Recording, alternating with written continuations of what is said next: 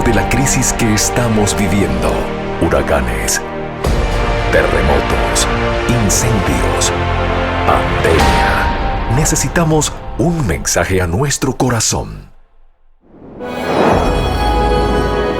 Ministerio al pequeño rebaño. Reciban un saludo de parte de su amigo el pastor Miguel Tirado. Hoy nos proponemos dialogar acerca del capítulo 30 del libro El conflicto de los siglos, que se titula El origen del mal y del dolor. Ahora quiero recordarles que se suscriban a nuestro canal para que puedan recibir notificaciones de nuestros próximos videos. Y hoy me acompaña el pastor Orlando González, y qué lindo poder estar con ustedes y dedicar un momento para iniciar con una oración. Eterno y amado Padre, gracias Señor, porque tú te manifiestas en medio de nosotros. Rogamos que tú dirijas nuestras mentes para comprender tu palabra. En el nombre de Jesús. Amén. Amén. Amén. Para muchos, el origen del pecado y el porqué de su existencia es causa de gran perplejidad. Ven la obra del mal con sus terribles resultados del dolor y la desolación y se preguntan cómo puede existir todo eso bajo la soberanía de aquel cuya sabiduría, poder y amor son infinitos. Es esto un misterio que no puede explicarse, y su incertidumbre y sus dudas los dejan ciegos ante las verdades plenamente reveladas en la palabra de Dios y que son esenciales para la salvación. Hay quienes en sus investigaciones acerca de la existencia del pecado tratan de inquirir lo que Dios nunca reveló. De aquí que no encuentran solución a sus dificultades, y los que son dominados por una disposición a la duda y a la cavilación lo aducen como disculpa para rechazar las palabras de la Santa Escritura. Otros, sin embargo, no se pueden dar cuenta satisfactoria del gran problema del mal, debido a la circunstancia de que la tradición y las falsas interpretaciones han oscurecido las enseñanzas de la Biblia referentes al carácter de Dios, la naturaleza de su gobierno y los principios de su actitud hacia el pecado. Es imposible explicar el origen del pecado y dar razón de su existencia. Sin embargo, se puede comprender suficientemente lo que atañe al origen y a la disposición final del pecado. Pero hacer enteramente manifiesta la justicia y benevolencia de Dios en su modo de proceder contra todo mal, nada se ensaña con mayor claridad en las Sagradas Escrituras que el hecho de que Dios no fue en nada responsable de la introducción del pecado en el mundo y de que no hubo retención arbitraria de la gracia de Dios, ni error alguno en el gobierno divino que dieran lugar a la rebelión. El pecado es un intruso y no hay razón que pueda explicar su presencia. Es algo misterioso e inexplicable. Excusarlo equivaldría a defenderlo. Si se pudiera encontrar alguna excusa en su favor o señalar la causa de su existencia, dejaría de ser pecado. La única definición de pecado es la que la palabra de Dios expresa. El pecado es la transgresión de la ley. Es la manifestación exterior de un principio en pugna con la gran ley de amor que es el fundamento del gobierno divino. Antes de la aparición del pecado había paz y gozo en todo el universo. Todo guardaba perfecta armonía con la voluntad del Creador. El amor a Dios estaba por encima de todo y el amor de unos a otros era imparcial. Cristo, el Verbo, el unigénito de Dios, era uno con el Padre eterno, uno en naturaleza, en carácter y en designios. Era el único ser en todo el universo que podía entrar en todos los consejos y designios de Dios. Fue por intermedio de Cristo por quien el Padre efectuó la creación de todos los seres celestiales. Fue por Él que fueron creadas todas las cosas en los cielos, o ahora sean tronos, sean dominios, sean principados o poderes. Colosenses capítulo 1, verso 16.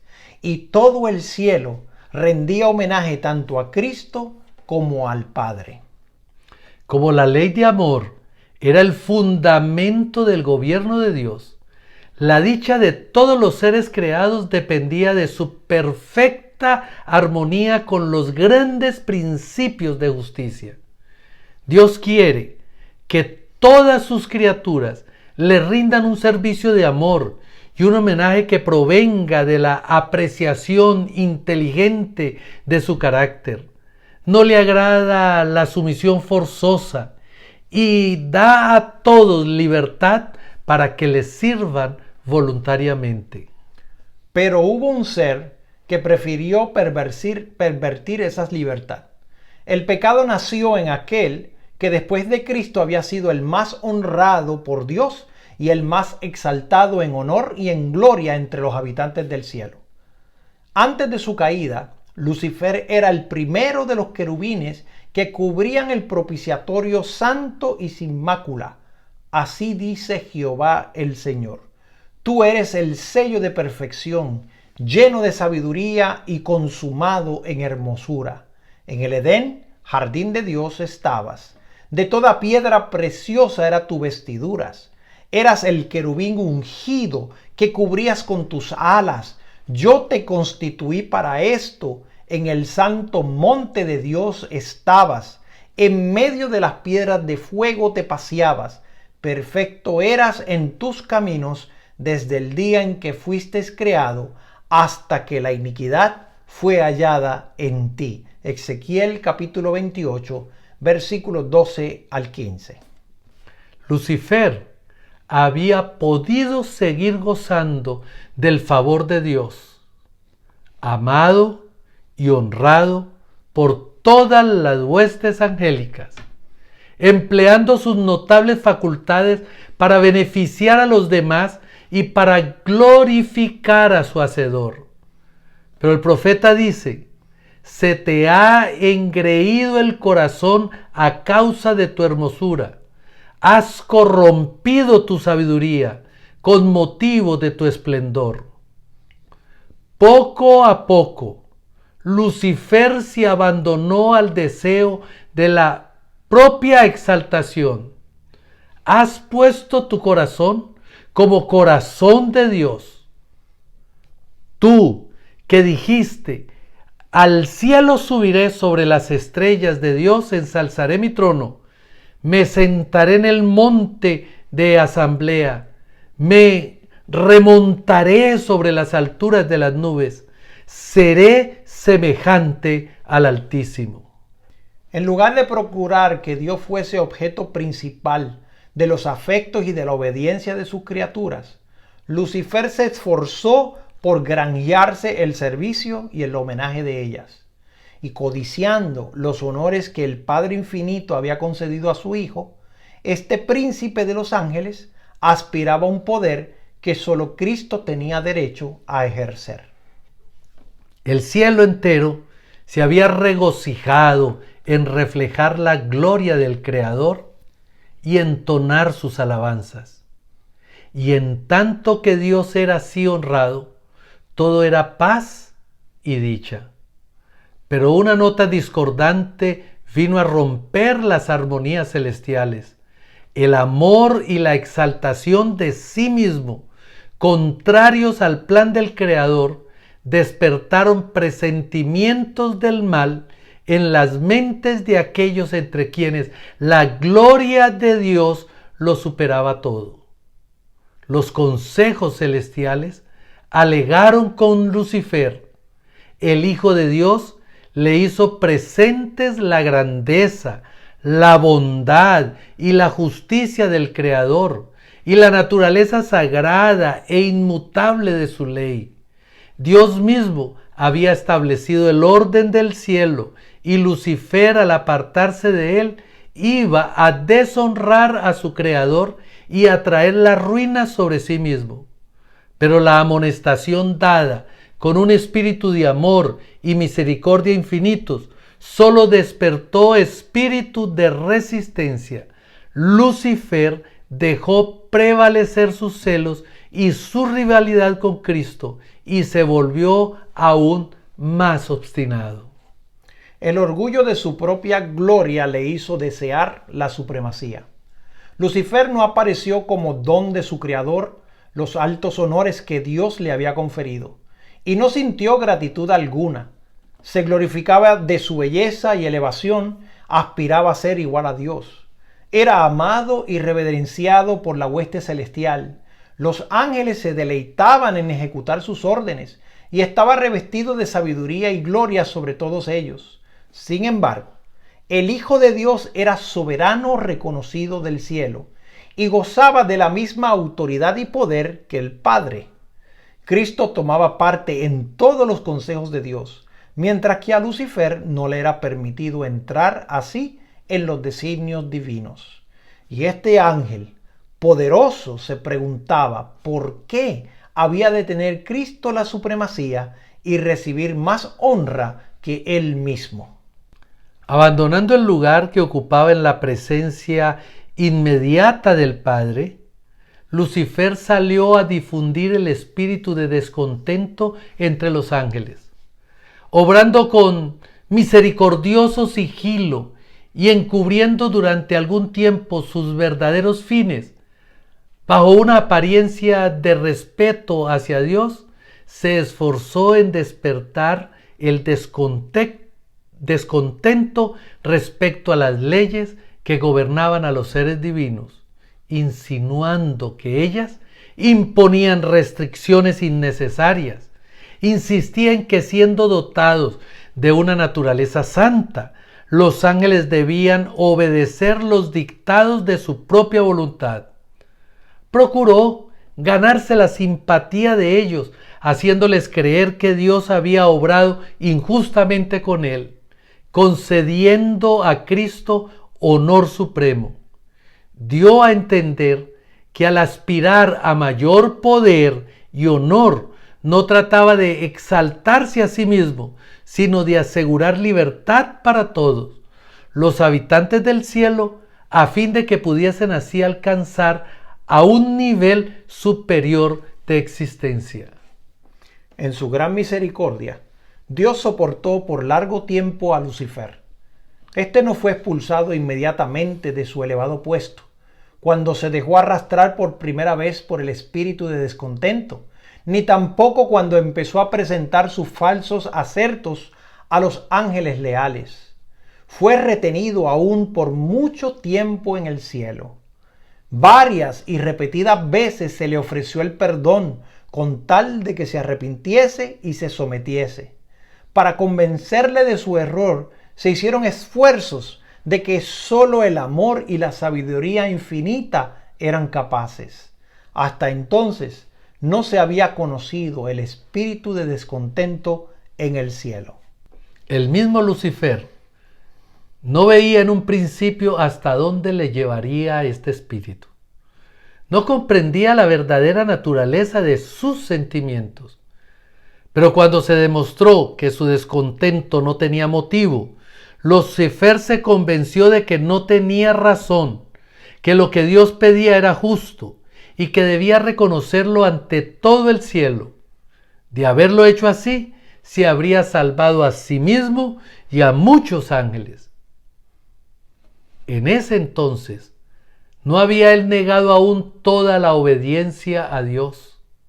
Aunque había abandonado su puesto de querubín cubridor, habría sido no obstante restablecido en su oficio si, reconociendo la sabiduría del Creador, hubiese estado dispuesto a volver a Dios y si se hubiese contentado con ocupar el lugar que le correspondía en el plan de Dios.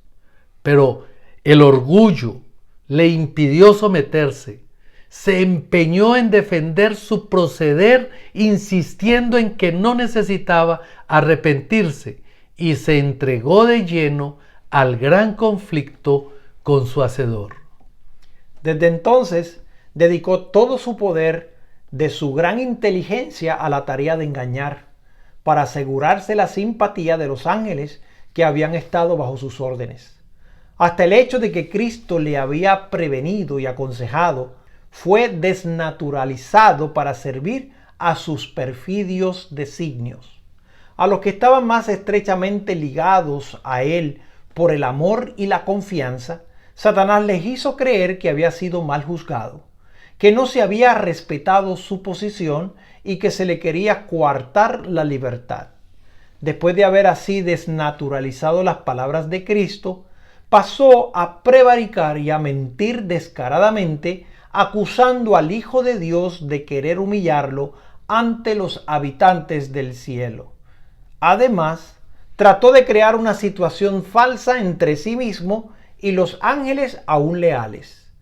Todos aquellos a quienes no pudo sobornar y a atraer completamente a su lado, los acusó de indiferencia respecto a los intereses de los seres celestiales.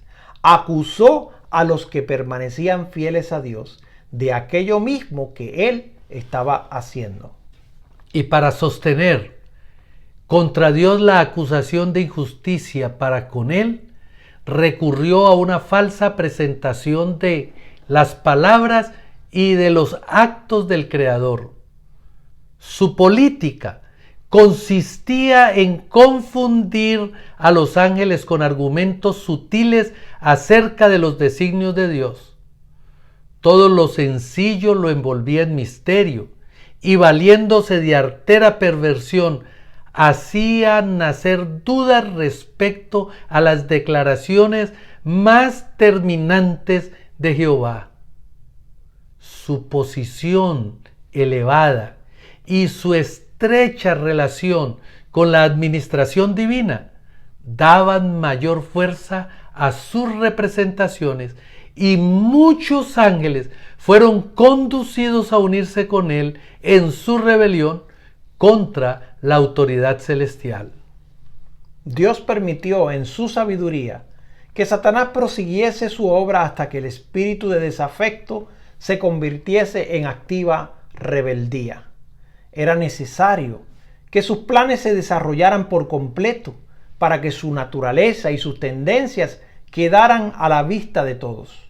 Lucifer, como querubín ungido, había sido grandemente exaltado, era muy amado entre los seres celestiales y ejercía poderosa influencia sobre ellos.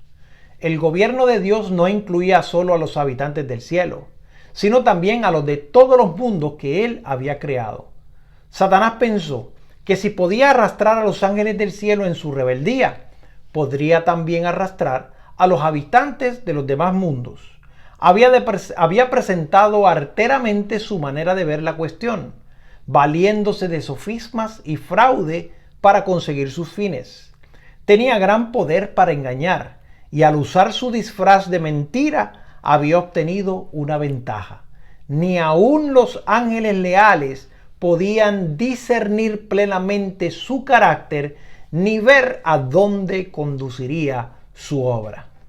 Satanás había sido tan altamente honrado y todos sus actos estaban tan revestidos de misterio que era difícil revelar a los ángeles la verdadera naturaleza de su obra. Antes de su completo desarrollo, el pecado no podía aparecer como el mal que era en realidad.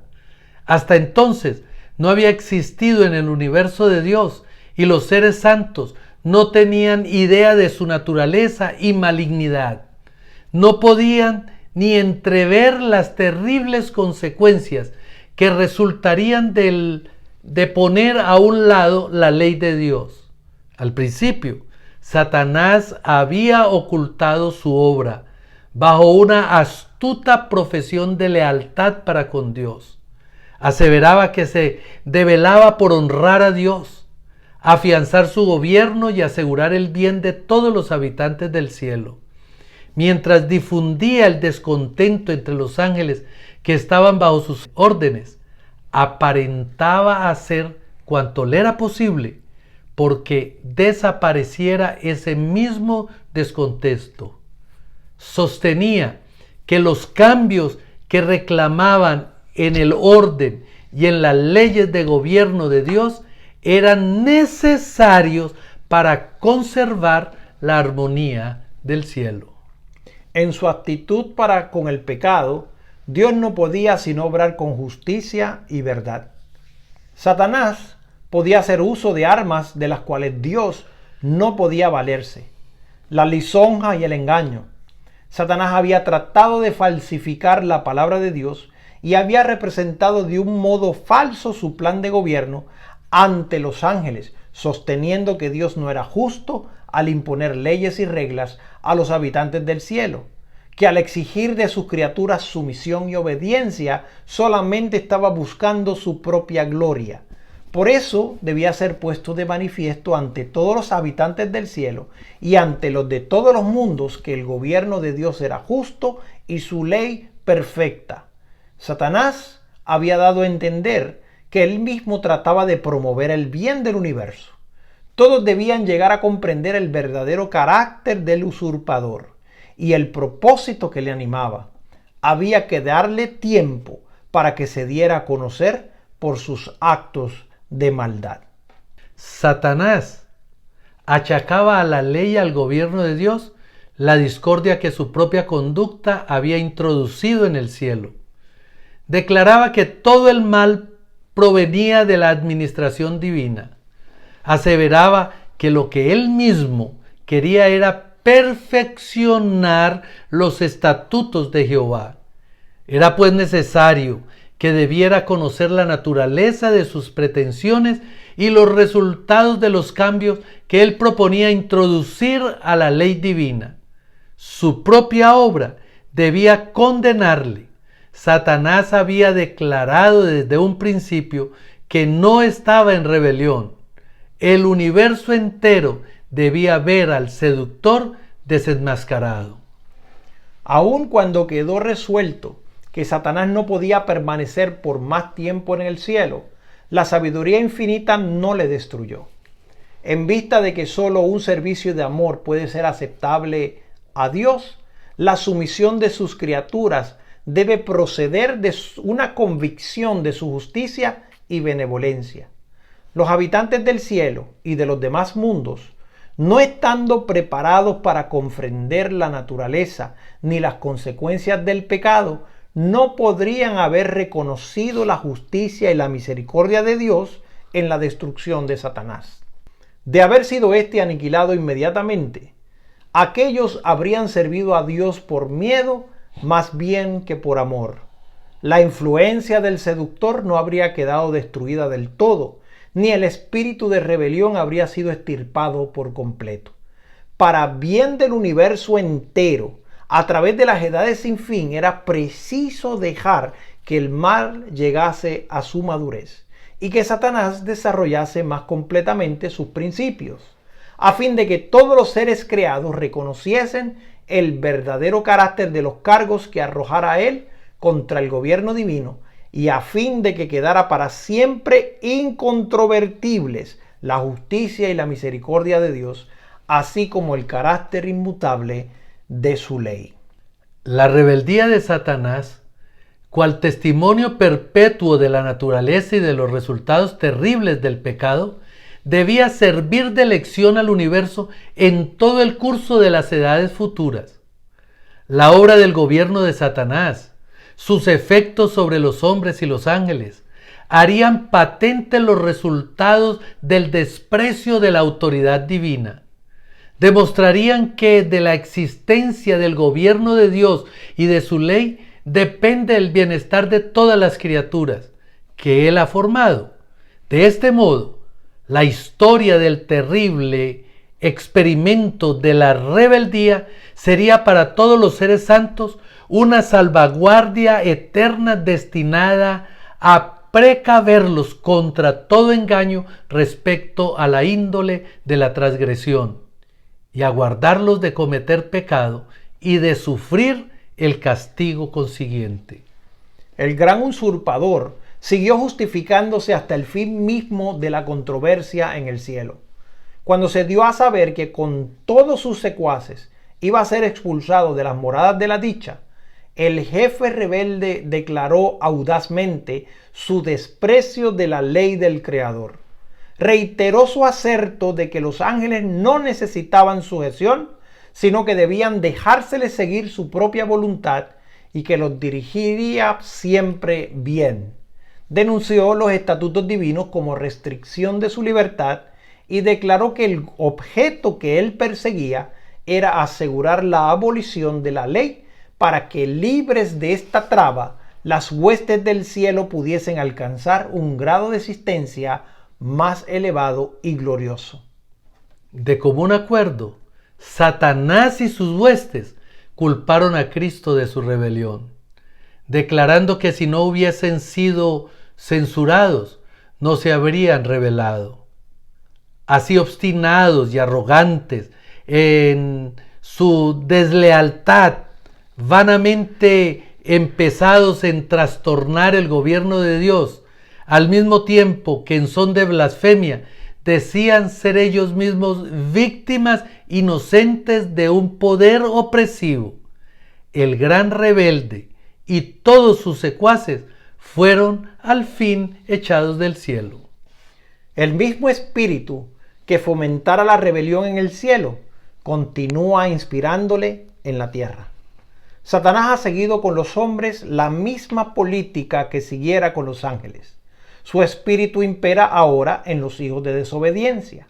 Como él, tratan estos de romper el freno de la ley de Dios y prometen a los hombres la libertad mediante la transgresión de los preceptos de aquella. La reprensión del pecado despierta aún el espíritu de odio y resistencia. Cuando los mensajeros que Dios envía para amonestar tocan la conciencia, Satanás induce a los hombres a que se justifiquen y a que busquen la simpatía de otros en su camino de pecado. En lugar de enmendar sus errores, despiertan la indignación contra aquel que los reprende, como si éste fuera la única causa de la dificultad. Desde los días del justo Abel hasta los nuestros, tal ha sido el espíritu que se ha manifestado contra quienes osaron condenar el pecado. Mediante la misma falsa representación del carácter de Dios que empleó en el cielo para hacerles parecer severo y tiránico, Satanás indujo el hombre a pecar. Y logrando esto, declaró que las restricciones injustas de Dios habían sido a causa de la caída del hombre, como lo había sido de su propia rebeldía. Pero el mismo Dios eterno da a conocer así su carácter. Jehová, Jehová, Dios compasivo y clemente, lento en ira y grande en misericordia y en fidelidad, que usa de misericordia y hasta la milésima generación, que perdona la iniquidad, la transgresión y el pecado, pero que de ningún modo tendrá por inocente al rebelde. Éxodo capítulo 34, versículo 6. Al echar a Satanás del cielo, Dios hizo patente su justicia, mantuvo el honor de su trono. Pero cuando el hombre pecó cediendo a las seducciones del espíritu apóstata, Dios dio una prueba de su amor, consintiendo en que su Hijo unigénito muriese por la raza caída. El carácter de Dios se pone de manifiesto en el sacrificio expiatorio de Cristo. El poderoso argumento de la cruz demuestra a todo el universo que el gobierno de Dios no era de ninguna manera responsable del camino de pecado que Lucifer había escogido. El carácter del gran engañador se mostró tal cual era en la lucha entre Cristo y Satanás.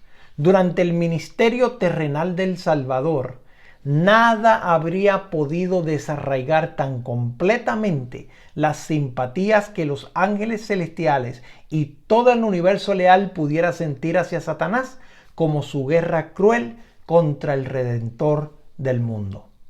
Su petición atrevida y blasfema de que Cristo le rindiese homenaje, su orgullosa presunción que le hizo transportarlo a las cúspides del monte y a las almenas del templo, la intención malévola que mostró al instarle a que se arrojara de aquella vertiginosa altura, la inquina implacable con la cual persiguió al Salvador por todas partes e inspiró a los corazones de los sacerdotes y del pueblo a que rechazaran su amor y a que gritaran al fin: crucificado, crucifícalo.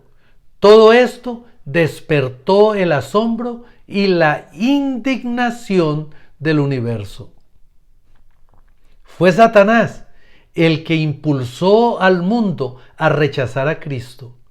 El príncipe del mal hizo cuanto pudo y empleó toda su astucia para matar a Jesús, pues vio que la misericordia y el amor del Salvador, su compasión y su tierna piedad estaban representando ante el mundo el carácter de Dios.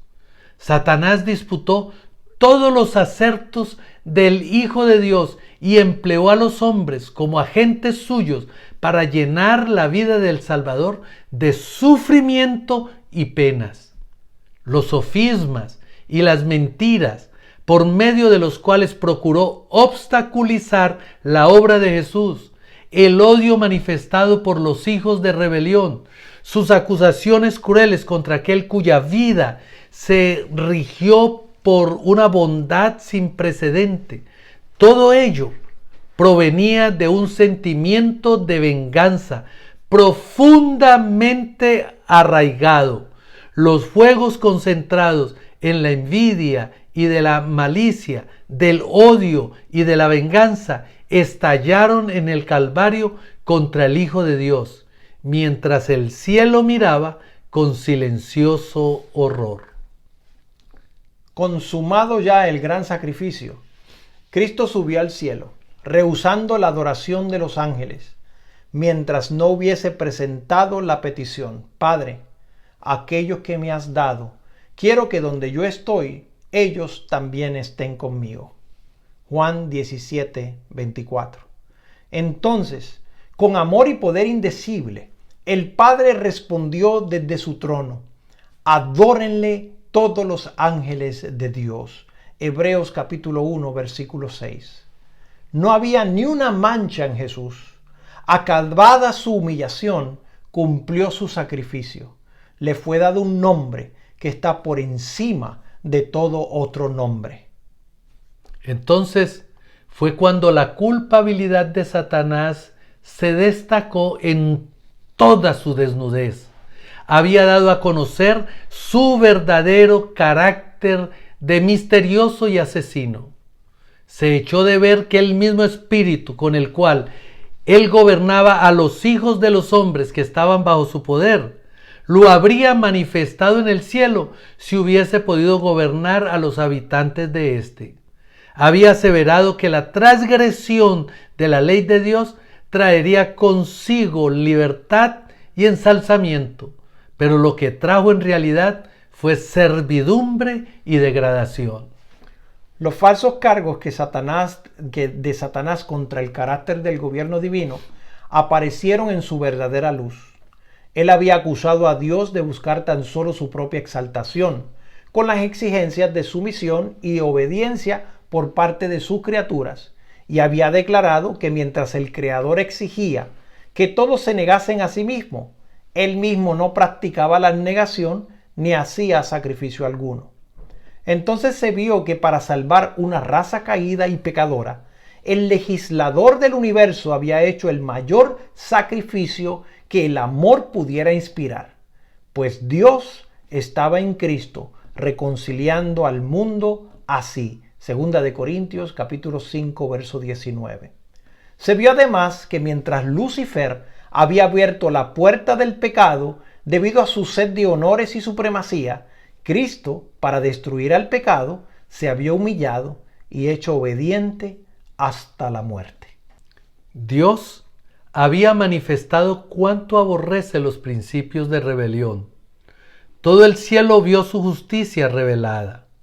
Tanto en la condenación de Satanás como en la redención del hombre, Lucifer había declarado que si la ley de Dios era inmutable y su penalidad irremisible, todo transgresor debía ser excluido para siempre de la gracia del Creador.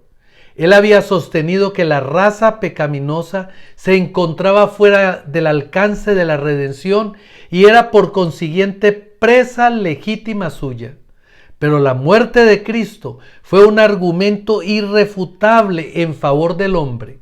La penalidad de la ley caía sobre el que era igual a Dios y el hombre quedaba libre de aceptar la justicia de Dios y de triunfar del poder de Satanás mediante una vida de arrepentimiento y humillación, como el Hijo de Dios había triunfado. Así Dios es justo, al mismo tiempo que justifica a todos los que creen en Jesús. Pero no fue tan solo para realizar la redención del hombre, para lo que Cristo vino a la tierra a sufrir y morir. Vino para engrandecer la ley y hacerla honorable. Ni fue tan solo para que los habitantes de este mundo respetasen la ley, cual debía ser respetada, sino también para demostrar a todos los mundos del universo que la ley de Dios es inmutable. Si las exigencias de ella hubiesen podido descartarse, el Hijo de Dios no habría necesitado dar su vida para expiar la transgresión de ella. La muerte de Cristo prueba que la ley es inmutable y el sacrificio al cual el amor infinito impelió al Padre y al Hijo a fin de que los pecadores pudiesen ser redimidos, demuestra a todo el universo, y nada que fuese inferior a este plan habría bastado para demostrarlo. Demuestra que la justicia y la misericordia son el fundamento de la ley y del gobierno de Dios. En la ejecución final del juicio se verá que no existe causa para el pecado. Cuando el juez de toda la tierra pregunte a Satanás: ¿por qué te rebelaste contra mí y arrebataste súbditos de mi reino?, el autor del mal no podrá ofrecer una excusa alguna. Toda boca permanecerá cerrada, todas las huestes rebeldes quedarán mudas. Mientras la cruz del Calvario proclama el carácter inmutable de la ley, declara al universo que la paga del pecado es muerte. El grito agonizante del Salvador, consumado es, fue el toque de agonía para Satanás. Fue entonces cuando quedó zanjado el gran conflicto que había durado tanto tiempo y asegurada la extirpación final del mal. El Hijo de Dios atravesó los umbrales de la tumba para destruir por la muerte al que tenía el imperio de la muerte, es a saber, el diablo. Hebreos capítulo 2, verso 14.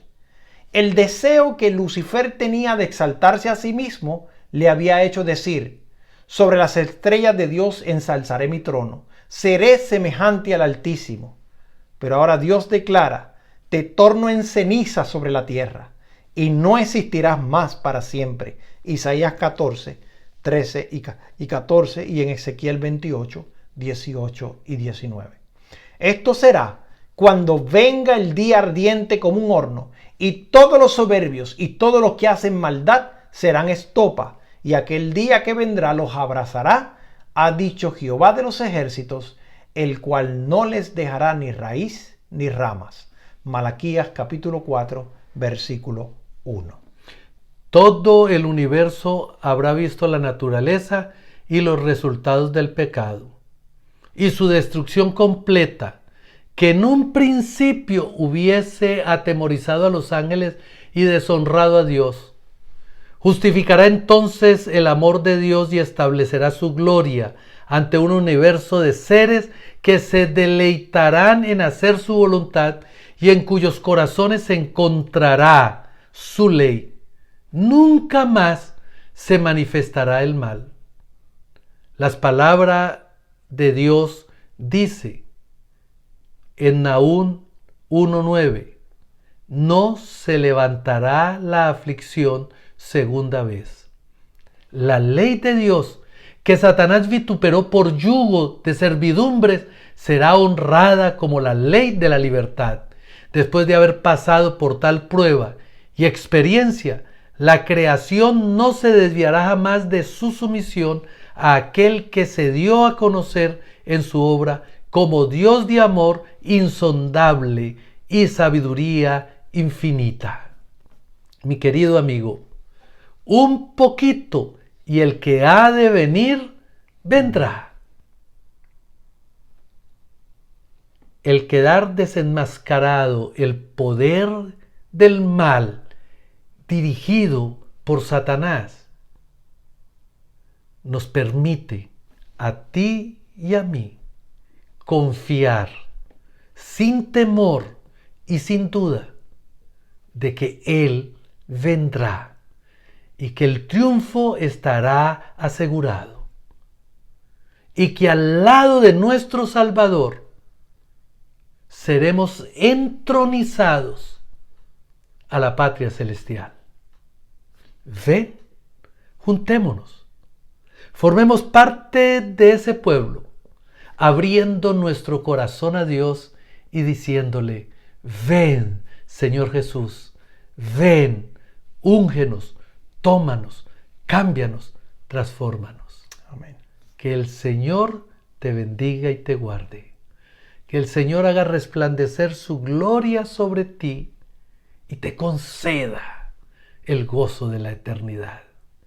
Dios eterno, úngenos y séllanos en este propósito. En el nombre de Jesús. Amén. Amén. Queremos recordarte a suscribirte a nuestro canal para que recibas las notificaciones de nuestros próximos videos. Y quiero decirte que esto es un mensaje al pequeño rebaño. Bendiciones.